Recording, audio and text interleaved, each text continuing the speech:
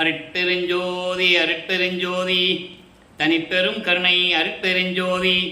எல்லா உயிர்களும் இன்புற்று வாழ்க, வள்ளல் மலரடி வாழ்க வாழ்க, கொல்லா விரதம் குவளை எல்லாம் ஓங்குக, நல்லோர் நினைத்த நலம்பெறுக, நன்றி நினைத்த எல்லோரும் வாழ்க இசைந்து.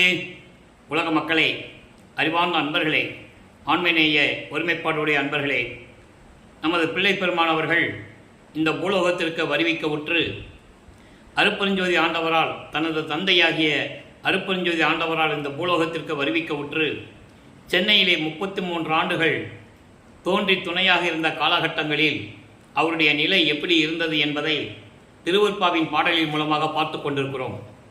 அதை பகுதியாக பிரித்து நாம் பார்த்து கொண்டிருக்கிறோம்.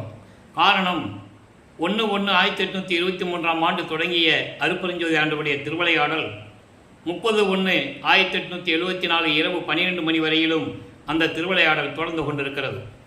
இந்த 51 ஆண்டுகளை 8 ஆண்டுகளாக பிரித்து தனது மகனுக்கு எப்படியெல்லாம் அருளை கொடுத்து கொண்டிருந்தார் என்பதை நாம் திருவருட்பாவின் பாடல் மூலமாக பார்த்து கொண்டிருக்கிறோம். அந்த வகையிலே 1824 ஆண்டிலிருந்து 1840 ஆண்டுகள் வரை 16 ஆண்டுகள் வரை சென்னையிலே தோன்றி துணையாக இருந்த காலகட்டங்களில் நமது வள்ளல் பெருமானவர்கள் எந்த நிலையில் இருந்தார் என்பதை 1ஆம் திருமுறை 2ஆம் திருமுறை பாடலின் மூலமாக நாம் பார்த்து கொண்டிருக்கிறோம். காரணம், சுத்த சன்மார்க்கத்தை உலக மக்களுக்கு தெரிவிப்பதற்காகத்தான் அருட்பெருஞ்சாண்டவர் தன் மகனை இந்த பூலோகத்திலே ஒரு தாயின் வழியாக, அதாவது ஒரு தாயின் கருவறையிலே இருக்க வைத்து அதன் பிறகு இந்த பூலோகத்திற்கு வருவிக்க செய்தார் என்பதை நாம் திருவருட்பாவின் பாடலின் மூலமாக பார்த்து கொண்டிருக்கிறோம். அப்படி நமது பிள்ளை பெருமானவர்கள் வருவிக்க உற்ற இடம் சிதம்பரம் அருகிலே மருதூர் என்ற ஒரு கிராமத்திலே வாழ்ந்து கொண்டிருந்த சைவகுலத்தில் சைவத்தை பின்பற்றி சைவகுலத்திலே இருந்த அவர்களுடைய இல்லற வாழ்க்கையில் 5வது மகனாக, அதாவது உலகியலுக்கு அவர்களுடைய மகன், நல்லா நீங்கள் புரிஞ்சுக்கணும், இறைவனால் வருவிக்க உற்றவர். இறைவனுக்கு இந்த பூலோகத்தில் ஒரு மகனின் வழியாக ஏதாவது காரணம் காரியம் நடக்க வேண்டும் என்றால் திருவிளையாடல் செய்வது வழக்கம். நீங்கள் புராணங்களிலும் காவியங்களிலும் கூறப்பட்ட திருவிளையாடல்களை எல்லாம் புத்தகங்களிலே படித்திருப்பீர்கள், வேறு யாராவது சொல்லி கேள்விப்பட்டிருப்பீர்கள், பழைய சினிமாக்களிலே புராண படங்களிலே பார்த்திருப்பீர்கள். ஆனால் திருவருட்பாவில் நடந்த திருவிளையாடல்களை உலக மக்களுக்கு யாரும் சொல்லவில்லை. அதனால்தான் இந்த வள்ளலார் ஊழியான் இறைவனுடைய கட்டளைப்படி திருவருட்பாவின் பாடலின் மூலமாக இந்த நிலையை நாம் பார்த்து கொண்டிருக்கிறோம். அப்படி மருதூரிலே அவர்களுக்கு மகனாக வருவிக்க உற்ற நமது பிள்ளை பெருமானவர்கள் தாயின் கருவறையிலே இருக்கும்போது இறைவனுடைய திருவிளையாடல் எப்படி நடந்தது என்பதை நாம் ஏற்கனவே இறைவனுடைய திருவிளையாடல் என்ற பதிகத்திலே பார்த்தோம். அதன் பிறகு 5 மாத குழந்தையாக இருக்கும்போது சிதம்பரத்திலே அருட்பெருஞ்சாண்டவர் தன் மகனுக்கு வெட்ட வெளியாக காட்டியதையும் நாம் ஏற்கனவே பாடலின் மூலமாக பார்த்தோம். தில்லை தலத்திடையே திரை தூக்க தரிசித்த போது வெய்வகை மேல் காட்டாதே எந்தனக்கே வெளியாய் காட்டிய மெய்புறவாம் மெய்ப்பொருளே என்று கூறுவார். வெய்வகை மேல் காட்டாதே என்பது எந்த விதமான உருவம் இல்லாமல், நீங்கள் புராண தலைவர்களுடைய படங்களையும் அந்தந்த சைவ சமயத்தின் சைவம் வைஷ்ணவம் கௌபாரம் இவருடைய தலைவர்களுடைய படங்களை நீங்கள் படங்களிலே பார்த்திருப்பீர்கள்.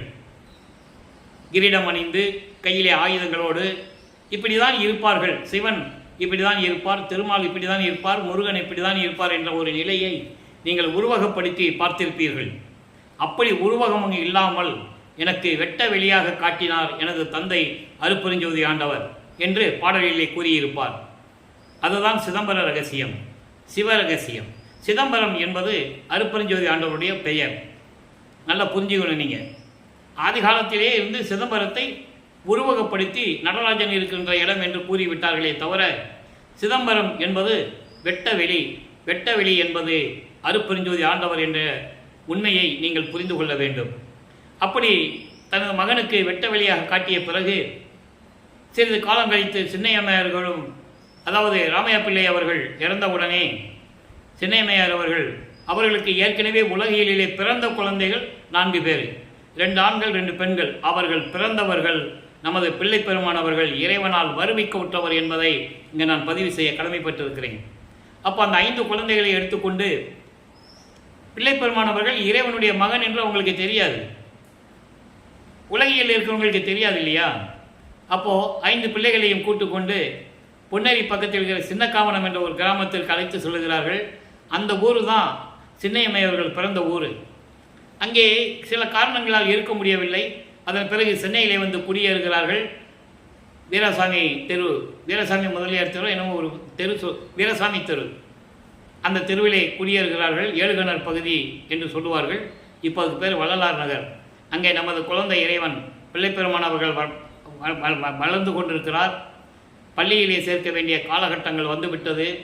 பள்ளியிலே கொண்டு போய் சேர்க்கிறார்கள். பள்ளியிலே படிக்க முடியவில்லை. அவருக்கு படிக்க மனம் இல்லை.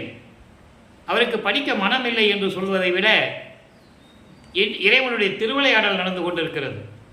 தனது மகன், நான் ஏற்கனவே அந்த விளக்கம் கொடுத்திருக்கிறேன், தனது மகன் இந்த உலகியலிலே சந்தை படிப்பை படிக்கக்கூடாது, யாரிடமும் எந்த ஆசிரியரிடமும் கல்வி கற்கக்கூடாது, உலகிலே யாரையும் குருவாக ஏற்றுக்கொள்ளக்கூடாது, தனது மகன் காவி உடையை அணியக்கூடாது. இந்த நிலையில்தான் இறைவனுடைய திருவிளையாடல் நடந்து கொண்டிருக்கிறது.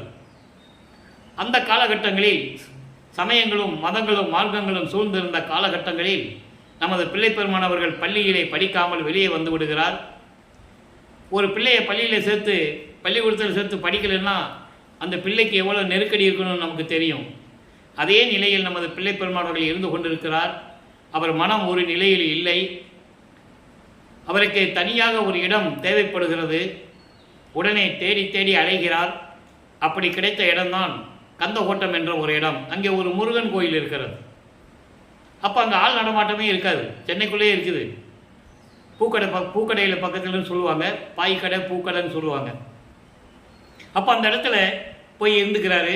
எல்லோரும் தூங்கின பிறகு போய் வீட்டுக்கு போகிறது, யார் எந்திரிக்கிறதுக்கு முன்னால் விடிய காலையில் வந்துடுறது. இப்படியே அவருடைய நிலை தொடர்ந்து கொண்டிருக்கிறது. இப்போ வல்லப்பமானவர்களுக்கு 8 ஆண்டுகள் பூர்த்தி அடைந்து விட்டது. இந்த பூலோகத்திற்கு வருவிக்க விட்டு 8 ஆண்டுகள் முடிஞ்சிடுச்சு. 9வது ஆண்டு பிறக்குது. இறைவன் அருட்பெருஞ்சாண்டவர் தன் மகன் முன் எழுந்தருளி, மகனே, நீ என் மகன், என்னால் வருவிக்க உற்றவன் இந்த பூலோகத்திற்கு. உன்னால் காரணம் காரியங்களெல்லாம் ஆக வேண்டியது இருக்கிறது. அதற்கு முன்பருவம் பின்பருவம் காட்டி உனக்கு அருள் செய்வேன். தற்போது ஞானத்தை பெற்றுக்கொள் என்று சொல்லி தன் மகனுக்கு ஒரு மறைப்பு நிலையை கொடுத்துவிட்டு மறைந்து விடுகிறார். மறைப்பு நிலை என்பது சுத்த சன்மார்க்கம் இருப்பது அவருக்கு அப்போ தெரியாது. அருட்பெருஞ்சாண்டவர் தான் உண்மையான இறைவன் என்று அவருக்கு தெரியாது. சைவ சமயத்தின் தலைவனாகிய சிவபெருமானை ஏற்றுக்கொண்டு அப்போ சைவம், இந்த சமயங்களும் மதங்களும் மார்க்கங்களும் தோன்றி மக்களிடம் பிரபலமாக இருந்து கொண்டிருக்கிறது. மக்களை வேறுபடுத்தி, மக்களை பிரித்து, இவன் இந்த சமயத்தை சார்ந்தவன், இவன் இந்த மார்க்கத்தை சார்ந்தவன், இவன் இந்த மதத்தை சார்ந்தவன், இவன் இந்த ஜாதியை சார்ந்தவன் என்று சொல்லி மக்களை பிரித்து இந்த சமயங்களும் மதங்களும் மார்க்கங்களும் விளையாடி கொண்டிருக்கின்றன. அந்த காலகட்டங்களில் நமது பிள்ளைப்பெருமான் அவர்கள் சைவ சமயத்தின் தலைவனாகிய சிவபெருமானை ஏற்றுக்கொண்டு, சைவ சமயத்தின் அடையாளமாகிய திருநூறையும் பூசிக்கொண்டு, உத்திராட்ச மணியை கழுத்திலே மாட்டிக்கொண்டு, நமச்சிவாய சிவாய நம என்று சொல்லி மந்திரங்களை சொல்லி இறைவனை வழிபட்டு கொண்டிருக்கிறார். சரியை, கிரியை, யோகம் என்ற 12 நிலைகள் சமயங்களை சார்ந்தது, மதங்களை சார்ந்தது, மார்க்கங்களை சார்ந்தது. அந்த நிலையில் இருந்து கொண்டு இறைவனை வழிபட்டு கொண்டிருக்கிறார். நான் ஏற்கனவே கூறியது போல, சரியை என்பது உருவ வழிபாடு, கிரியை என்பது அந்த உருவ வழிபாட்டிற்கு மந்திரங்கள் சொல்லி வேள்வி வளர்த்து வழிபடுவது, யோக நிலையில் இருந்து கொண்டு வழிபடுவது. இந்த நிலையில் நமது குழந்தை இறைவன் இருந்து கொண்டிருக்கிற காலகட்டங்களில் 9வது ஆண்டிலிருந்து 12 ஆண்டுகளுக்குள் 1ஆம் திருமறை உருவாகிறது. 1ஆம் திருமறை 8 பதியங்கள், 712 பாடல்கள். அதிலே 4வது பதியமாகிய சிவநேச வெண்பா என்ற பாடலுடைய விளக்கங்களை பார்த்து கொண்டிருக்கிறோம். ஏற்கனவே திருவருள் முறையீடு 6வது பதிகம், 7வது பதிகம் வடிவுடைய மாணிக்க மாலை 2 பதியங்களுடைய பாடலுடைய விளக்கங்களை எல்லாம் அருட்பெருஞ்சோதி ஆண்டவருடைய திருவிளையாடல் என்ற பதிவிலே 400 பதிவுகளில் நாம் பதிவு செய்திருக்கிறோம். மீதம் இருக்கின்ற சிவநேச வெண்பால் இருந்த அந்த பாடல்களை பார்த்து கொண்டிருக்கிறோம். மொத்தம் 100 பாடல்களை கொண்டது. இதுவரை 53 பாடல்களை பார்த்திருக்கிறோம். இன்றைக்கு 54வது பாடல். இதுதான் முன்னுரை. இப்போ பாடலை பாடுறேன், பாடலை சொல்கிறேன், கேளுங்க. அதன் பிறகு விளக்கம். தனது மனநிலை எப்படி இருக்கிறது, சிவனேசா வெண்பா என்பது இறைவனை பற்றி சொல்லுவது சிவபெருமானை பற்றி. அந்த சிவபெருமானிடம் தன்னுடைய மனநிலை எப்படி இருக்கிறது என்று பாடலின் மூலமாக நமக்கு அருளி இருக்கிறார்கள். அதை பார்த்துக்கிட்டு இருக்கோம். என் பாலோ என் பால் இராது ஓடுகின்ற மனத்தின் பாலோ அம்மனத்தை சேர்ந்த மாயை தன்பாலோ மாயை என்னன் பாலோ யார் பால் பிழையுள்ளதோ யான் அறியேன் என் அம்மை ஓர் பால் கொல நின்றாய் ஓது. பாடலை விளக்கம் பாருங்க. அதாவது மனம் எப்படிப்பட்ட மனம், யாரை குறை சொல்லுவது? இந்த பூலோகத்திற்கு ஒரு தாயின் வழியாக என்னை வருவிக்க செய்துவிட்டு நீ மறைந்து விட்டாய். நான் இந்த உலக நடையிலே உலக வாழ்க்கையிலே இருந்து கொண்டு பல துன்பங்களையும் துயரங்களையும் தாங்கிக் கொண்டு இறைவனுடைய மகன் என்றும் சொல்ல முடியாமல் நீ சொல்ல வேண்டாம் என்று கூறிவிட்டாய். சொல்லவும் முடியவில்லை. அந்த நிலை இருந்து கொண்டு என் மனம் நிலை எப்படி இருக்கிறது, நான் யாரை குறை சொல்லுவது என்ற அடிப்படையில் இந்த பாடலை நமக்கு அருளி இருக்கிறார்கள். என்னிடமோ என்னிடம் இல்லாமல் ஓடுகின்ற மனத்திடமோ என்னிடம் உள்ள மனம் ஓடி ஓடி ஓடிக்கொண்டிருக்கிறதே, குரங்கு போல தாவிக் கொண்டிருக்கிறதே. மனம் ஒரு குரங்கு என்று சொல்லுவார் பிள்ளை பெருமானவர்கள். அப்போ குரங்கு போல தாவி தாவி சென்று கொண்டிருக்கின்ற என்னுடைய மனத்திடமோ அந்த மனத்தோடு சேர்ந்து கொண்ட மாயைகளிடமோ. மனம் எப்படிப்பட்டது? அதாவது பெண்ணாசை பொன்னாசை மண்ணாசை கொண்டது. மாயைகளையும் மயக்கங்களையும் சிக்கிக் கொண்ட மனம். அப்படி மாயைகளிடமோ யாரிடம் குற்றம் இருக்கிறதோ என்று எனக்கு தெரியவில்லை.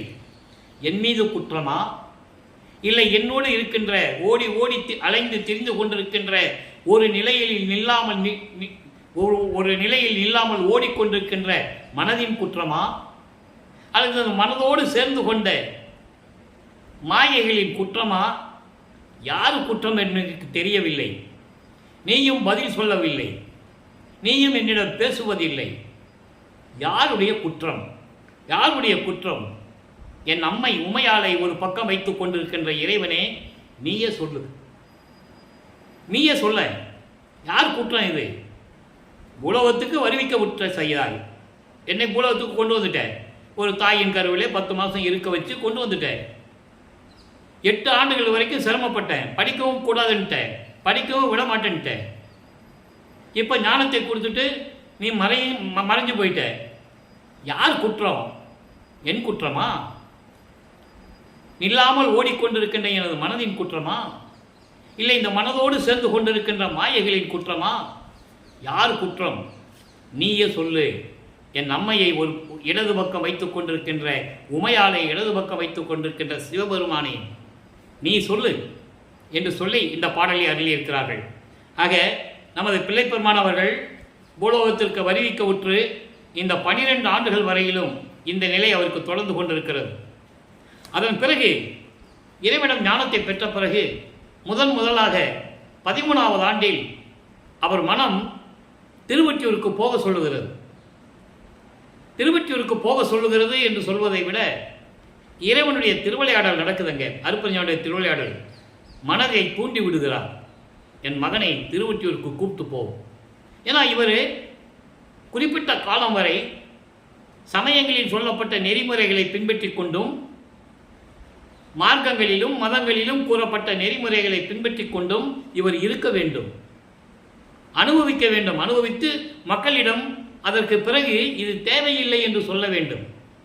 நமச்சிவாய சிவாய நம பயனற்றது, மற்ற மதங்களிலும் சமயங்களிலும் கூறப்பட்ட நிலைகளெல்லாம் பொய்யானது என்று சொல்ல வேண்டும். அதற்கான விளக்கங்களை எல்லாம் நாம் ஏற்கனவே பாடலிலே பார்த்துட்டோம். ஞானசரியிலே சொல்லுவார், பொறித்த மதம் சமயம் எல்லாம் பொய் பொய்யே, அவற்றில் புகுதாதீர் அப்படின்னு சொல்லுவார்.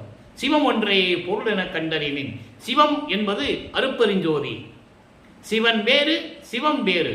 சிவன் சைவ சமயத்தின் மார்க்கத்தினுடைய தலைவன். சிவம் அருப்பெருஞ்சோதி ஆண்டவருடைய தலைவர். அதாவது சிவம் என்பது சுத்த சன்மார்க்கத்தின் தலைவன் அருப்பெருஞ்சோதி ஆண்டவர். அவர்தான் ஆதியும் அந்தமில்லா தோன்றிய இறைவன். அவருக்கு இப்போ அருப்பெருஞ்சோதி ஆண்டவர் தெரியாது. அதனால சிவபெருமானை வழிபட்டு கொண்டிருக்கிறார். இப்போ அவர் தங்கியிருந்த இடத்திலிருந்து நமது குழந்தை இறைவன் வளர்ப்பமானவர்கள் திருவொற்றியூருக்கு நடந்து கால்வலிக்க நடந்து செல்லுகிறார். மனதிடம் எப்படி சொல்லுகிறார் என்ற நிலையை நாம் பார்க்க போகிறோம். நெஞ்சை தேற்றல் 1வது பாடல். மனதிடம் சொல்லுவது, மனதிடம் எப்படி சொல்லி திருவொற்றியூர் கூட்டு போனார். இப்போ மனதை திருவொற்றியூருக்கு போன பிறகு மனதை எப்படி தேற்றுகிறார், மனதை சமாதானப்படுத்துகிறார். 1வது பாடல். சென்று வஞ்சர்தம் புறங்கடை சென்று சென்று வஞ்சர்தம் புறங்கடை சென்று திகைக்க என்னும் என் திறன் இல்லா நெஞ்சே, ஒன்றும் அஞ்சலை என்னுடன் கூடி திருவொற்றியூருக்கு இன்று வருதியே, அங்கு மன்றுள் மேவிய வள்ளலார் மகிழ்ந்து வாழ்கின்றார். அவர் மலரடி வணங்கி நன்று வேண்டிய யாவையும் வாங்கி நல்குவேன் என நம்புதி மிகவே. மனதிடம் சொல்லுகிறார். இதுவரை நாம் பார்த்தது எப்படின்னா, மனம் நீ திருவொற்றியூருக்கு போன்னு சொல்லும், அந்த நிலைகளை பார்த்தோம். அதன் பிறகு என்னோட திருவொற்றியூருக்கு வான்னு சொல்லுவார் இவர், அந்த நிலைகளை பார்த்தோம். இப்போ மனதை சமாதானப்படுத்துகிறார். திருவொற்றியூருக்கு இறைவனை வணங்குவோம் என்று சொல்லி அந்த பகுதியெல்லாம் பார்த்துட்டோம். இப்போ திருவொற்றியூரில் இறைவனை வணங்கி அவர் கொடுக்கிறத நான் உனக்கு கொடுக்குறேன், இந்த நிலையை பார்க்கிறோம். இப்போ இந்த பாடலை பார்த்துட்டோம். விளக்கம் பாருங்க. சென்று வஞ்சவர்தம் புறங்கடை சென்று திகைக்க என்னும் என் திறன் இலா நெஞ்சே. அதாவது வஞ்சகர்களின் வீட்டு வாசலில் வெளியில் நின்று அவர்களுடைய நிலைக்காக ஏன் காத்து கொண்டிருக்கிறாய்? எதற்காக காத்து கொண்டிருக்கிறாய்? சாப்பாடு வேணுமா, உடை வேணுமா, இல்லை பொருள் ஏதாவது வேணுமா? இதெல்லாம் மனதில் வைத்து தானே வஞ்சகர்களுடைய வீட்டுக்கு முன்னால் போய் காத்து கிடக்கிற. எதுக்காக காத்து கிடக்கிற? அப்படியெல்லாம் வேண்டாம். எதுக்காக காத்து கிடக்கிறாய்? நீ ஒன்றும் பயப்பட வேண்டாம் மனமே, நீ ஒன்றும் பயப்பட வேண்டாம். என்னுடன் சேர்ந்து இன்று திருவொற்றியூருக்கு வந்தால் வருதியேல் அப்படின்னு சொல்ற. வஞ்சகர் வீட்டில் வாசப்படியில் போய் நின்றுக்கிட்டு ஏன் காத்துக்கிட்டு கிடக்கிற? எதுக்காக காத்துக்கிட்டு கிடக்கிற? அப்படியெல்லாம் ஒன்று வேண்டாம், நீ பயப்படாதே. என்னுடன் திருவொற்றியூருக்கு நீ வந்தேனா, நீ வந்தால் அங்கு அங்கு திருவொற்றியூருக்கு வந்தால் அங்கு மன்றுள் மேவிய வள்ளலார். மன்றுள் மேவிய வள்ளலார் என்பது அம்பலத்திலே வாழ்ந்து கொண்டிருக்கின்ற இறைவன் சிவபெருமான், தியாகராஜ பெருமான். திருவொற்றியூரில் இருக்கிற இறைவன் சிவபெருமானுடைய பெயர் தியாகராஜ பெருமான். தியாகராஜ பெருமான் அங்கே இருக்கிறாரு. அவர்கிட்ட அவருடைய திருவடியை வணங்கி நம்ம என்னென்னலாம் வேண்டும் கேட்குறோமோ அவர் கொடுப்பாரு. அதை வாங்கி உனக்கு அப்படியே நான் கொடுத்துட்றேன், மனதிடம் சொல்லுகிறார். அப்போ மனம் ஒரு நிலையில் இல்லை என்பதை சிவனாசிவ என்பதை பார்த்தோம் 1ஆம் திருமுறையில். அதற்கு ஏற்றபடி 2ஆம் திருமுறையில் 2ஆம் திருமுறை பதிகத்தில் 36 பதிகத்தில் என்ன சொல்றாரு? நீ என் கூட வா திருவொற்றியூருக்கு. எதுக்கு நீ தேவையில்லாமல் கெட்டவங்க வீட்டில், தீயவர்கள் வீட்டில் வாசப்படியில் போய் நிற்கிற? சோத்துக்காக, உடைக்காக, பொருளுக்காக ஏன் நிற்கிற? நீ ஒன்றும் பயப்படாத. திருவொற்றியூருக்கு நீ என் கூட வந்தேன்னா அங்கு தியாகராஜ பெருமான் ஒரு இறைவன் இருக்கிறார். அவருடைய திருவடியை வணங்கி வணங்கி எல்லாவற்றையும் நம்ம என்னென்ன கேட்குறோமோ எல்லாவற்றையும் அவரிடம் வாங்கி நான் உனக்கு கொடுக்குறேன். அதனால் பயப்படாத மனமே, நீ என்னோட திருவொற்றியூருக்கு வா என்று சொல்லுகிறார். இந்த நிலை அவர் இந்த பாடலை நமக்கு அருளும்போது அவர் 13வது ஆண்டிலிருந்து 16 ஆண்டுகளுக்குள் இருந்து கொண்டிருக்கிறார். அதன் பிறகு திருமுல்ல வயலுக்கு போவார். அங்கே இருக்கிற இறைவனை வேண்டுவார். மாசிலாமணியே, ஒரு பிரயோஜனம் இல்லை. அதுக்கப்புறம் திருவள்ளிக்கு நடந்து போவார். இப்படி 3 இடங்களிலும் மாறி மாறி சென்று கொண்டிருந்து எப்படியாவது அருளை பெற்றுக்கொள்ளலாம் என்ற நிலை அவருக்கு, அந்த நிலை கிடைக்காமல் ஏங்கிக் கொண்டிருக்கிறார். இறைவன் அருளை தரவில்லை, இந்த நிலை இருந்து கொண்டிருக்கிறார். அப்போ அவருடைய நிலை எப்படி இருந்திருக்கும்? வீட்டில் உலகிலே அவருக்கு வச்ச பேர் ராமலிங்கம். அதன் பிறகு மக்களால் அழைக்கப்பட்டவர் திரு அருட்பிரகாச வள்ளலார். ஆனால் இறைவன் தன் மகனுக்கு இட்ட பெயர் செல்வப்பிள்ளை. அதனால தான் நான் பிள்ளை பெருமான் என்றும் கூறுவதுண்டு. இப்போ இந்த 16 ஆண்டுகளில் அவர் பட்ட துன்பங்களும் துயரங்களும் ஏளன பேச்சுகளும் கிண்டல்களும் கேலிகளும் சொல்லி மாளாது. அந்த நிலையில் இருந்து கொண்டிருக்கிறார். அதை பாடல்களிலே, நிறைய பாடல்களிலே சுத்த சன்மார்க்கத்தை பெற்ற பிறகு கூட 112வது பதிகம் 6ஆம் திருமுறையிலே மெய்யருள் வியப்பு என்ற பாடலிலே சொல்லுவார். 12 ஆண்டு தொடங்கி இற்றைய பகல் வரை இந்த படியில் நான் பட்ட பாடு. படி என்பது மண்ணுலகம். மண்ணுலகத்திலே நான் பட்ட துன்பங்களால் சொல்லி மாளாது. மலையும் உருகும், இரும்பும் கரையும் என்னுடைய துன்பத்தை சொன்னான். அவ்வளோ கஷ்டப்பட்டேன்னு சொல்லுவார். ஆக வல்லப்பெருமான் அவர்கள் 1824ஆம் ஆண்டிலிருந்து 1840 ஆண்டுகள் வரை இந்த 16 ஆண்டுகளுடைய அவருடைய நிலை இப்படி தான் இருந்தது. சரி, இப்போ இந்த நிலையை பார்த்துட்டோம். சுத்த சன்மார்க்கத்தை பெற்ற பிறகு ஒரு சில விளக்கங்களை நாம் சொல்ல வேண்டும். ஏனென்றால் வல்லப்பெருமான் அவர்கள் வருவிக்க உற்று 203 ஆண்டுகள் ஆகிவிட்டது. அவரை ஒரு சாதாரண மனிதனாக பிறந்தார் என்றும் சாதாரண ஒரு துறவி போலதான் இருந்தார் என்றும் மக்களிடையே பேசிக் கொண்டிருக்கிறார்கள். அன்றும் பேசினார்கள், இன்றும் பேசிக் கொண்டிருக்கிறார்கள். இனிமே அப்படி பேசக்கூடாது என்பதற்காகத்தான் இந்த வள்ளலார் ஊழியன் இந்த விளக்கங்களை 5 வருடங்களாக நான் யூடியூப் மூலியமாக இந்த விளக்கங்களை கூறிக்கொண்டிருக்கிறேன். இந்த விளக்கங்களெல்லாம் இந்த வள்ளலார் ஊழியனுக்கு எனது தந்தை வல்லப்பெருமான் அவர்கள் அளித்த விளக்கங்கள். இதெல்லாம் நான் பல இடங்களிலே இது கூறியிருக்கிறேன். எனக்கு தமிழ் இலக்கியம் தெரியாது. இந்த நிலையில் அவர் என்னை ஆட்கொண்டு இந்த விளக்கங்களை கொடுத்ததனால் எப்படியாவது மக்களிடம் இந்த விளக்கங்களை சேர்க்க வேண்டுமே என்ற ஒரு ஆதங்கத்தில் நான் இதை உங்களிடம் விளக்கம் சொல்லிக் கொண்டிருக்கிறேன். ஆக 16 ஆண்டுகள் வரைக்கும் சென்னையில் இருந்த காலகட்டத்தில் வல்லப்பெருமான்கள் இந்த நிலையில் இருந்து கொண்டிருக்கிறார். அதன் பிறகு சுத்த சன்மார்க்கத்தை பெற்ற பிறகு சுத்த சன்மார்க்கம் எப்போது பெறுகிறார்? 33 ஆண்டுகள் கழித்து. அதாவது இந்த பூலோகத்துக்கு வருவிக்க உற்று 33 ஆண்டுகள் சென்னையிலே இருக்கிறார். அவருக்கு திருமணம் நடந்த கதைகள் எல்லாம் நம்ம ஏற்கனவே அருப்பஞ்சாண்டு திருவிளையாடலில் பார்த்துருக்கோம். இனி அடுத்து வருகின்ற காலகட்டங்களில் 17வது ஆண்டிலிருந்து 24 ஆண்டுகளுக்குள் எப்படி இருந்தார் என்பதை நாம் கூறும்போது அந்த நிலைகளெல்லாம், அந்த விளக்கங்களெல்லாம் உங்களுக்கு வரும். ஒரு குறிப்பிட்டு காட்டுகிறேன், அவள் கோடிட்டு காட்டுகிறேன், அவ்வளோதான். இப்போ சுத்த சன்மார்க்கத்தை 33 ஆண்டுகள் கழித்து சுத்த சிவஞான வெளிக்கு சென்று அண்டங்களை கடந்து பல உலகங்களை கடந்து அங்கே போய் தந்தையிடம் சுத்த சன்மார்க்கம் பெற்றுக்கொள்ளுகிறார். சாகா கல்வியும் கற்றுக்கொள்ளுகிறார். இதெல்லாம் செய்த பிறகு மறுபடியும் பூலோகத்திற்கு வந்து கருங்குழியிலே 9 ஆண்டுகள் உறைவிடமாக கொண்டிருந்து அதன் பிறகு தர்மசாலையை நிறுவி அணைய அடுப்பை நிறுவி உணவை சமைத்து பசியோடு வருகின்றவர்களுக்கெல்லாம் பசியாற்றி கொண்டிருந்த காலகட்டங்களில்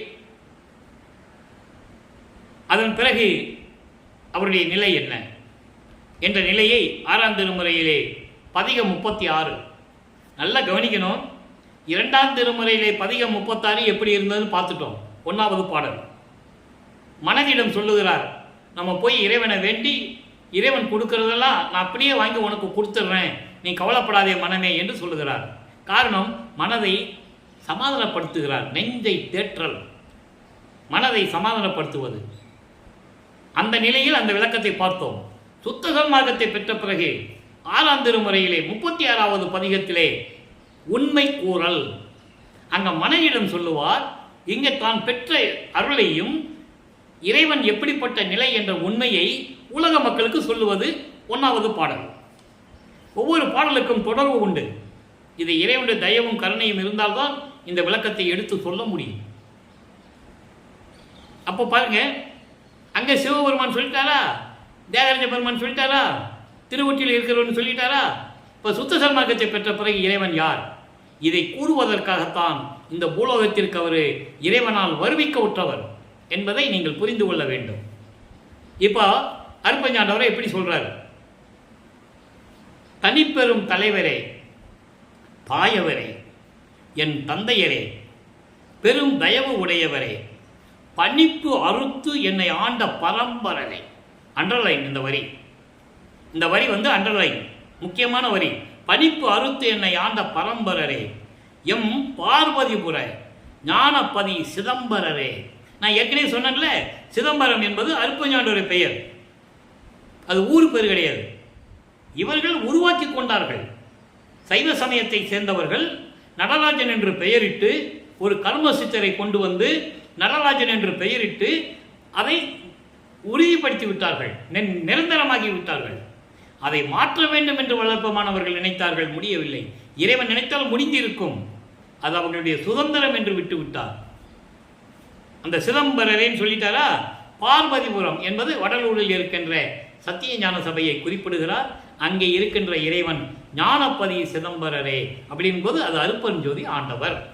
அவருக்காக தான் அந்த கோயிலை அந்த சபையை நிறுவினார்கள். சிதம்பரரே, இனி சிறு பொழுதேனும் தாழ்த்திடல் வேண்டாம். இறையவரே, உமை இங்கு கண்டு அல்லால், உமையவரே இங்கு உன்னை கண்டு அல்லால் அனிச்சைய உலகினை பார்க்கவும் மாட்டேன். அருப்பெருஞ்சோதியில் ஆணை நும் மீது. அரும்பரி சொல்லிட்டாரா?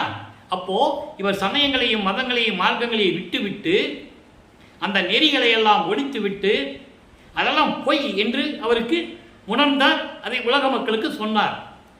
அதற்கு ஒரு முக்கியமான விளக்கம் ஏற்கனவே நான் சொல்லுவதுதான்.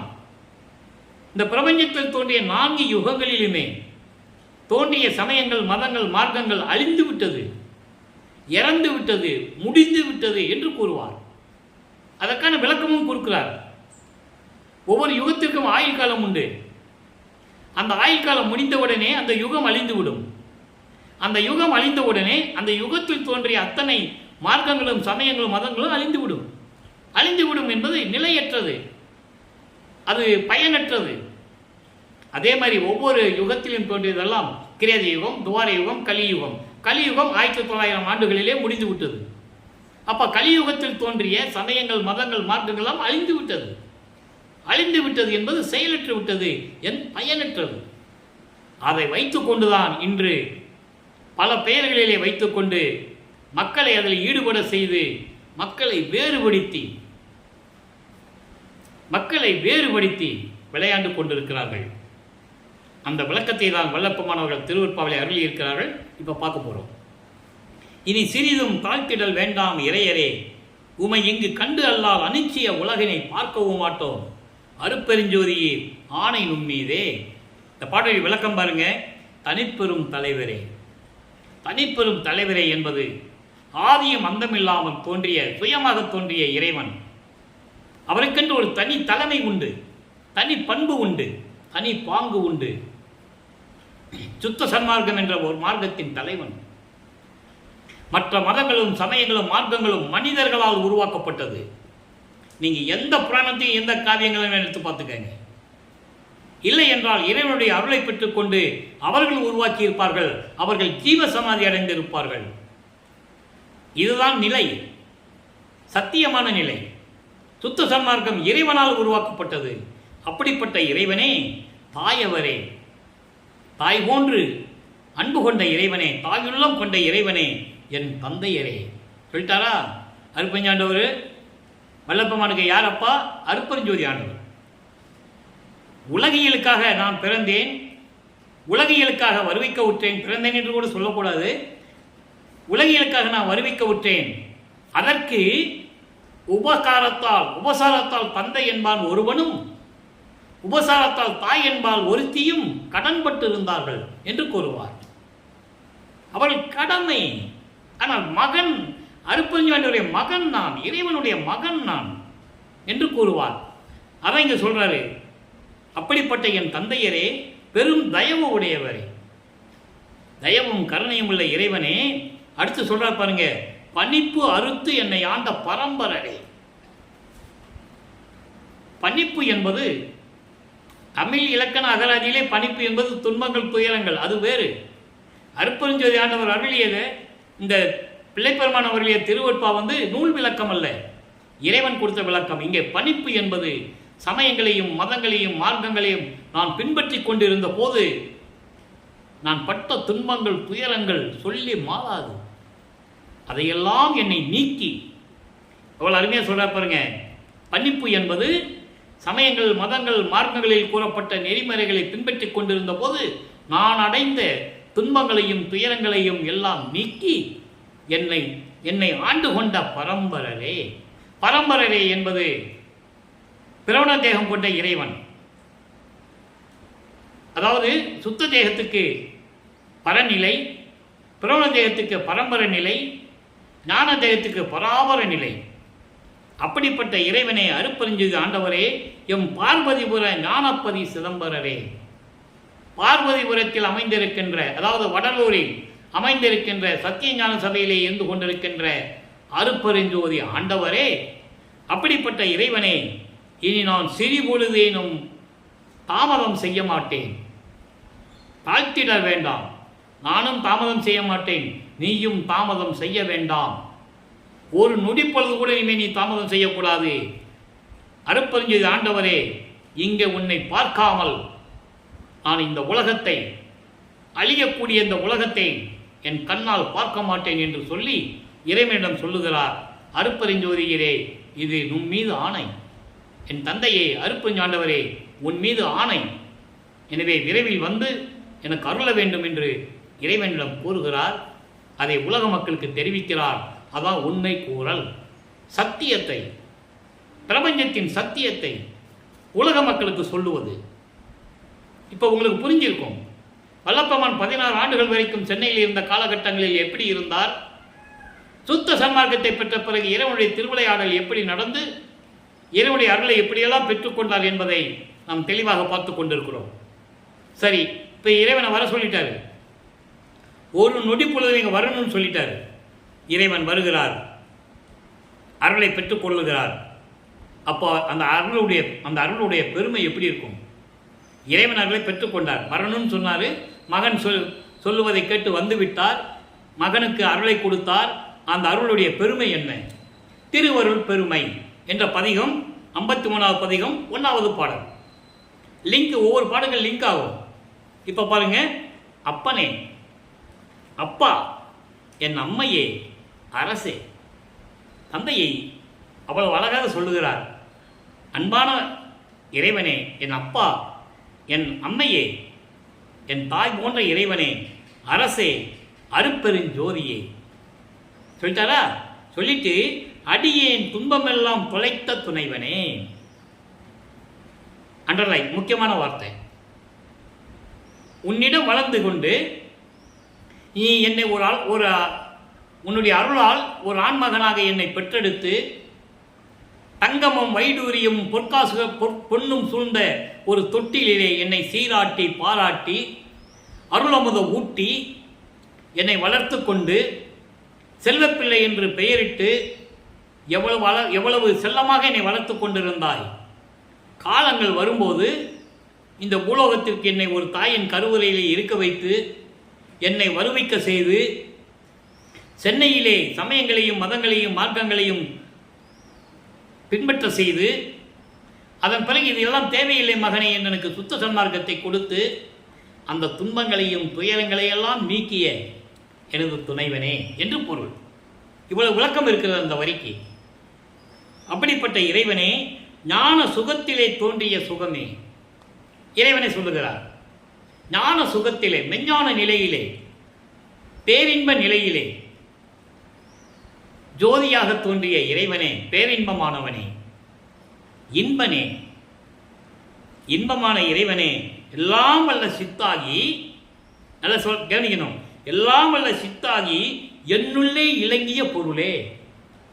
எல்லா வல்ல சித்துக்களை கொண்ட இறைவனாக என் உள்ளத்தில் விளங்கி கொண்டிருக்கின்ற அருட்பெருஞ்சோதி ஆண்டவரே சொல்லிட்டு, வன்பனேன் பிழைகள் பொறுத்து, இந்த வன்பனுடைய பிழைகளை எல்லாம் பொறுத்து அருள்ஜோதி வழங்கினை. இது எங்க நடக்குது? மேட்டுக்குப்பம் சித்தி வளாகத்தில் நடக்குது. ஒவ்வொரு பதிகமும் ஒவ்வொரு பாடலும் எங்கே நடக்குதுன்னு விளக்கம் இருக்கிறது.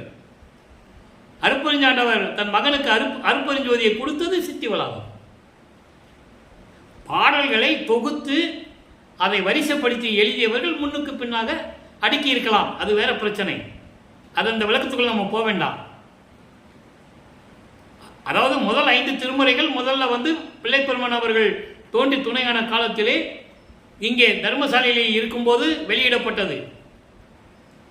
நமது பிள்ளைப்பெருமான் அவர்கள் இறைவனுக்கு முன்னாலேயே வெளியிடப்பட்டது. சரியா?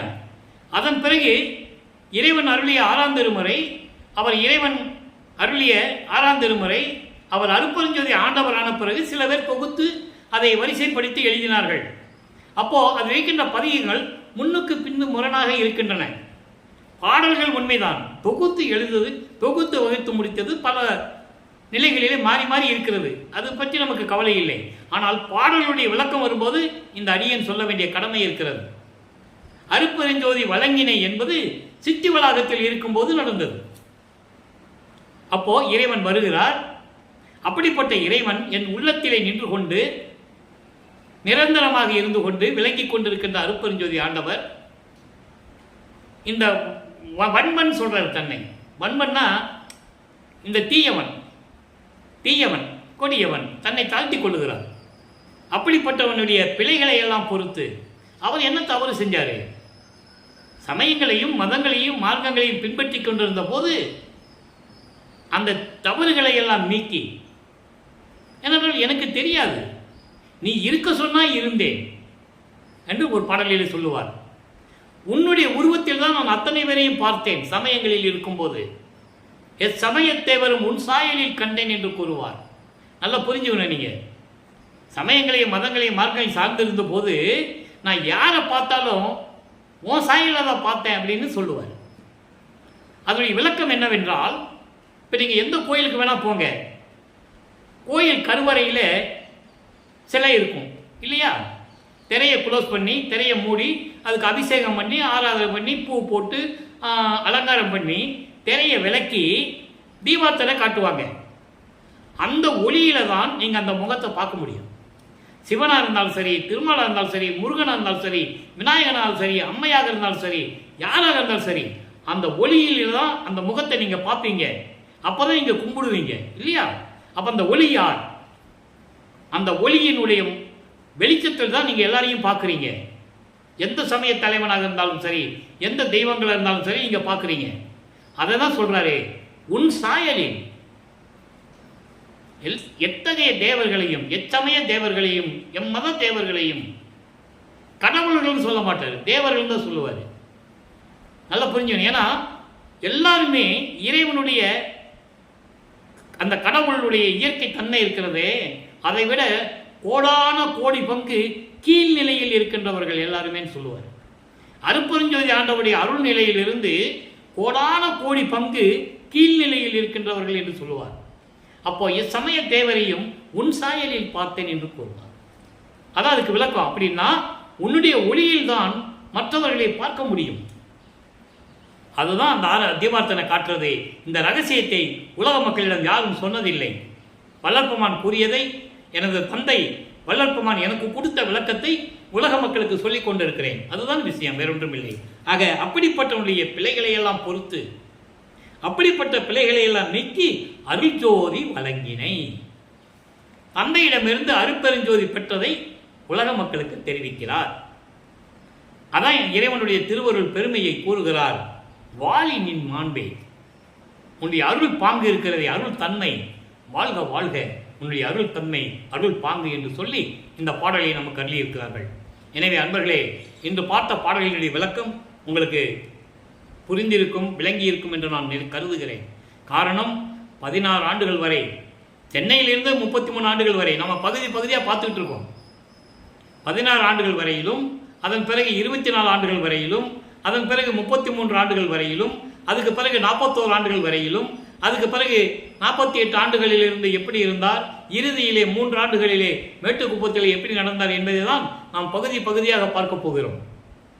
அப்போ 16 ஆண்டுகள் என்பது 1ஆம் திருமுறை 2ஆம் திருமுறை உருவான பாடல்களுடைய விளக்கத்தில் இருந்து நமது பிள்ளைப்பெருமான் அவர்கள் சென்னையிலே இருக்கும்போது அந்த 16 ஆண்டுகளில் அவருடைய நிலை எப்படி இருந்தது, அதே நேரத்தில் சுத்த சன்மார்க்கத்தை பெற்ற பிறகு அந்த 16 ஆண்டுகளுடைய நிலைகள் சுத்த சன்மார்க்கத்தை பெற்ற பிறகு எப்படி இருக்கிறது, அதனுடைய விளக்கத்தை தான் நம்ம பார்த்துட்டு இருக்கோம். எனவே உங்களுக்கு புரிந்திருக்கும் என்று நான் கருதுகிறேன். வல்லப்பெருமான் அவர்கள் அருட்பெருஞ்சோதி ஆண்டவருடைய மகன். அவருடைய மகனாகவே ஒரு தாயின் வழியாக இந்த பூலோகத்திற்கு வருவிக்க உற்றவர். அவர் வருவிக்க உற்றதற்கு காரணம், சுத்த சன்மார்க்கம், இறைவனால் உருவாக்கப்பட்ட சுத்த சன்மார்க்கத்தை உலக மக்களுக்கு சொல்லி, உலக மக்களை நாம் சுத்த சன்மார்க்கத்தில் சேர்த்து இந்த சமயங்கள், மதங்கள், மார்க்கங்கள் சொல்கின்ற கருத்தைகளை சொல்லி மக்களை பிரிவுபடுத்தி பிளவுபடுத்திக் கொண்டிருக்கிறார்கள். மக்களை பிரிக்கிறார்கள். நீ இந்த சமயத்தவன், நீ இந்த ஜாதிக்காரன், நீ இந்த மதக்காரன், இந்த மார்க்கத்தை சேர்ந்தவன் என்ற நிலைகளை பிரித்து கொண்டிருக்கிறார்கள். இதை மாற்ற வேண்டும், அதை ஒழிக்க வேண்டும் என்பதற்காகத்தான் வல்லப்பெருமான் அவர்கள் சுத்த சன்மார்க்கத்தை பெற்றுக்கொண்டு இந்த பூலோகத்திற்கு வருவிக்க உற்று உலக மக்களை எல்லாம் சுத்த சன்மார்க்கத்தில் சேர்த்து உலக மக்கள் எல்லாம் இன்புற்று மரணமில்லா பெருவாழ்வில் வாழ வேண்டும் என்பதற்காக தாழ்வு மனப்பான்மைகள், தாழ்வு மனப்பான்மை, பிரிவாத வாதனைகள் இப்படியெல்லாம் இல்லாமல் ஒற்றுமையோடு சமரசமாக வாழ வேண்டும் என்பதற்காகத்தான் சமரச சுத்த சன்மார்க்க சத்திய சங்கம் என்று பெயரிட்டு உலக மக்களை எல்லாம் அதை சேர்த்து மரணமில்லா திருவாழியில் வாழ வேண்டும் என்பதற்காகத்தான் வல்லப்பெருமான்கள் வருவிக்க உற்றார். அப்படிப்பட்ட இறைவன் வருவிக்க உற்ற விளக்கங்களை இந்த வள்ளலார் ஊழியன் இறைவனிலிருந்து பெற்றுக்கொண்டு நான் உங்களுக்கு விளக்கங்கள் கூறிக்கொண்டிருக்கிறேன். நீங்கள் எல்லாம் சுத்த சன்மார்க்கத்தில் இணைந்து பிரிவினவாதைகளை விட்டுவிட்டு எல்லாரும் ஒன்று சேர்ந்து சுத்த சன்மார்க்கத்தில் சேர்ந்து அருப்பெருஞ்சோதி அருப்பெருஞ்சோதி தனிப்பெருங்கனை அருப்பெருஞ்சோதி என்ற மகாமந்திரத்தை சொல்லி இறைவனிருந்த அருளையும் செல்வங்களையும் எல்லாம் பெற்றுக்கொண்டு இந்த வையகத்தில் நீங்கள் வாழ்வாங்கு வாழ வேண்டும், நோயற்ற வாழ்வில் வாழ வேண்டும், மரணமில்லா பெருவாழ்வில் வாழ வேண்டும் என்று கூறி உங்களை வணங்கி வாழ்த்தி இறைவனுடைய தயவாலையும் கருணையாலையும் இந்த வள்ளலார் ஊழியன் விடைபெறுகிறேன். மீண்டும் நாளை சந்திப்போம். நன்றி, வணக்கம். அருப்பெருஞ்சோதி அருப்பெருஞ்சோதி தனிப்பெரும் கருணை அருப்பெருஞ்சோதி. நாளையும் விளக்கம் வரும். கேட்டு மகிழ்ந்து இறைவனர்களை பெற்றுக்கொள்ளுங்கள்.